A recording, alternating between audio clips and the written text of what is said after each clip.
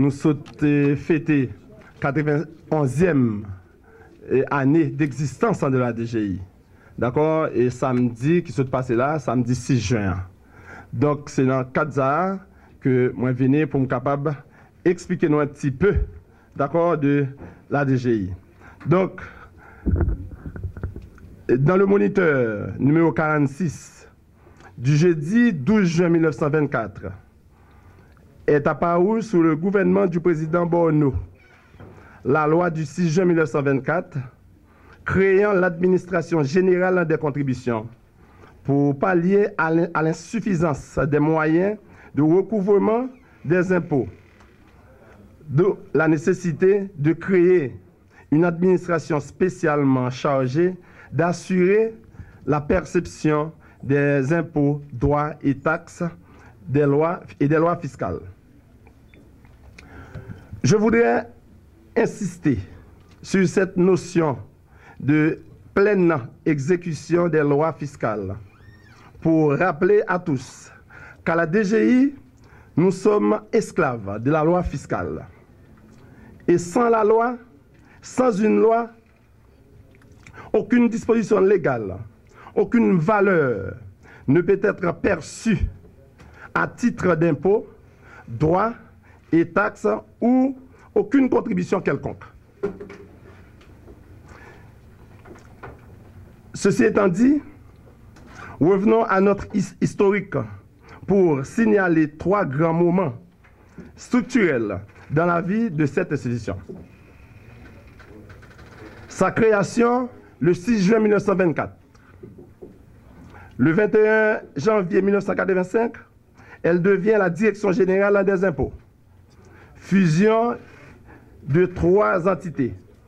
Administration générale des contributions, le fichier central, le fichier fiscal, excusez-moi, la régie du tabac et des allumettes.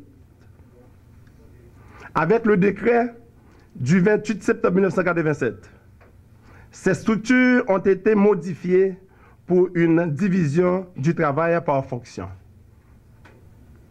Je vous fais grâce à des lois organiques du 26 octobre 1961 et du 22 juillet 1980.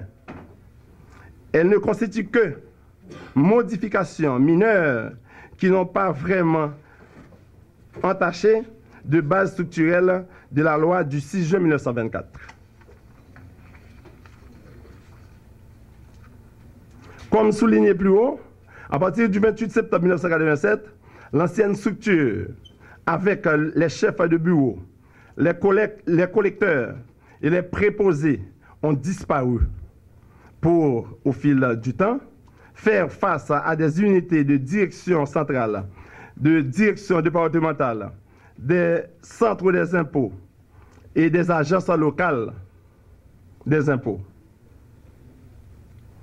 En matière de recettes, pour la période du 1er octobre 2014 au 30 septembre 2015, nous avons une prévision de recettes dans l'ordre de 25,8 milliards de gourdes.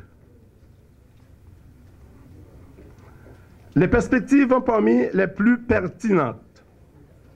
Un nouveau logiciel d'exploitation sera sous peu opérationnel à la DGI, ce qui augmentera le niveau de sécurisation des recettes et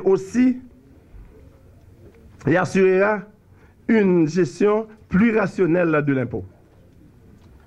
Paiement par virement bancaire. Téléchargement en ligne des formulaires de déclaration définitive d'impôt sur le revenu. Consultation en ligne du fichier des lois fiscales. Accord d'assistance et d'information avec d'autres administrations fiscales. Implémentation du plan stratégique. La simplification du système fiscal. La législation et les procédures. Mesdames, Messieurs, nous avons donc fait un survol rapide de l'histoire de la Direction générale des impôts. Nous avons aussi parlé de sa structure, de sa situation présente, ainsi que parmi les plus pertinente de certains objectifs à court et à long terme de l'administration fiscale. Nous sommes à votre disposition pour toutes les questions.